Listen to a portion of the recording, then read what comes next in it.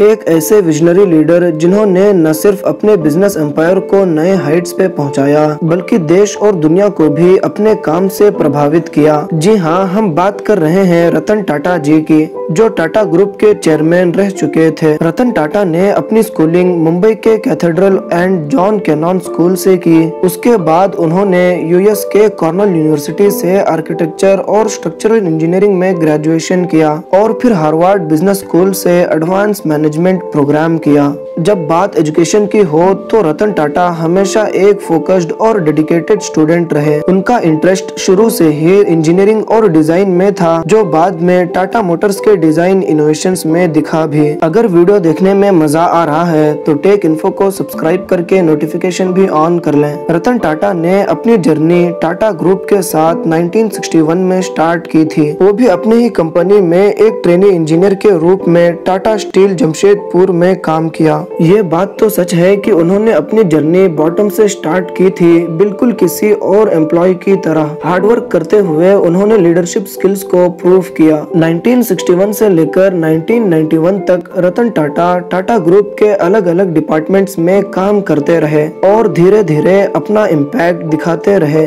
1991 में उन्हें जेआरडी टाटा के बाद टाटा ग्रुप का चेयरमैन बनाया गया। चेयरमैन बनाने के बाद रतन टाटा ने टाटा ग्रुप को एक नया डायरेक्शन दिया। उन्होंने काफी नए बिजनेस को इनिशिएट किया और इंटरनेशनल एक्सपेंशन को एक्सेलरेट किया। ये वही टाइम था जब Tata Motors, Tata consultancy service, Tata power और टाटा केमिकल्स जैसे कंपनीज ग्लोबल प्लेयर्स के रूप में उभर कर आए। 1998 में टाटा मोटर्स ने एक रिवोल्यूशनरी प्रोडक्ट लॉन्च किया जिसका नाम था टाटा इंडिका। ये एक पूरी तरह से इंडिया में डिजाइन और मैन्युफैक्चर की गई पहली कार थी। इसके बाद दुनिया की सबसे सस्ती कार टाटा नैनो आई। ये रतन टाटा का सपना था, एक ऐसी कार बनाने का जो हर इंडियन अफोर्ड कर सके। रतन टाटा की लीडरशिप में टाटा ग्रुप ने कई बड़ी बड़ी ग्लोबल एक्विजिशंस की, जो आज भी देश की इकोनॉमिक स्ट्रेंथ को दिखाती है। टाटा ने ईयर 2000 में यूके की टेटले टी को अक्वायर किया और फिर 2008 में टाटा मोटर्स ने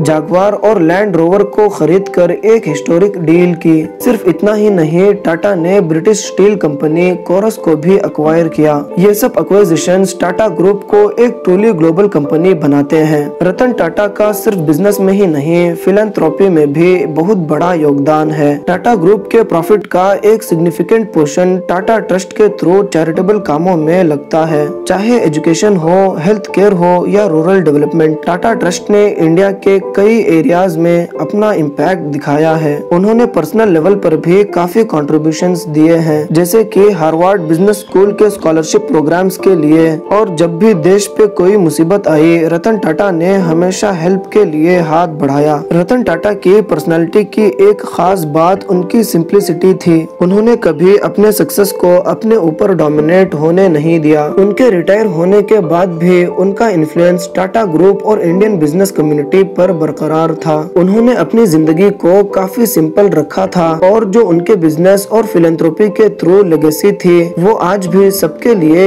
एक इंस्पिरेशन है। रतन टाटा की लेगेसी सिर्फ बिजनेस डील्स तक ही नहीं थी, वो एक ऐसे इंसान हैं जो हर इंडियन के लिए एक इंस्पिरेशन है, चाहे वो यंग एंटरप्रेन्योर हो या फिलैंथ्रोपिस्ट। वो अपनी रिटायरमेंट के बाद नए एंटरप्रेन्योर्स और स्टार्टअप्स को गाइड करते थे और कंट्री के डेवलपमेंट प्रोजेक्ट्स में एक्टिवली इन्वॉल्व रहते थे। उनकी ह्यूमिलिटी और काइंडनेस उनकी लीडरशिप का सबसे बड़ा हॉलमार्क था। रतन टाटा का सफर हमें ये सिखाता है कि सक्सेस का असली मतलब अपने पर्सनल गेन से ज्यादा अपने कंट्री और सोसाइटी को अपलिफ्ट कराना होता है। आज और आगे भी रतन टाटा एक इंस्पिरेशन है, स्पेशली यंग एंटरप्रेन्योर्स के लिए। उनका विजन हमेशा नेशन बिल्डिंग पर सेंटर्ड रहा था। उन्होंने भारत को एक नई दिशा दी और हर इंडियन के लिए एक मिसाल छोड़ा है। तो दोस्तों, ये थी कहानी रतन टाटा जी की, एक ऐसे लीडर जिसने सिर्फ बिजनेस ही नहीं बल्कि इंडिया के फ्यूचर को भी शेप किया। और कमेंट्स में जरूर बताएं कि आपको रतन टाटा की कौन सी कंट्रीब्यूशन सबसे ज्यादा इंस्पायरिंग लगती है। रतन टाटा की लेगेसी हमेशा हमेशा साथ रहेगी। उनकी विजन और उनकी वैल्यूज आज भी इंडिया को एक नई दिशा में ले जा रही है।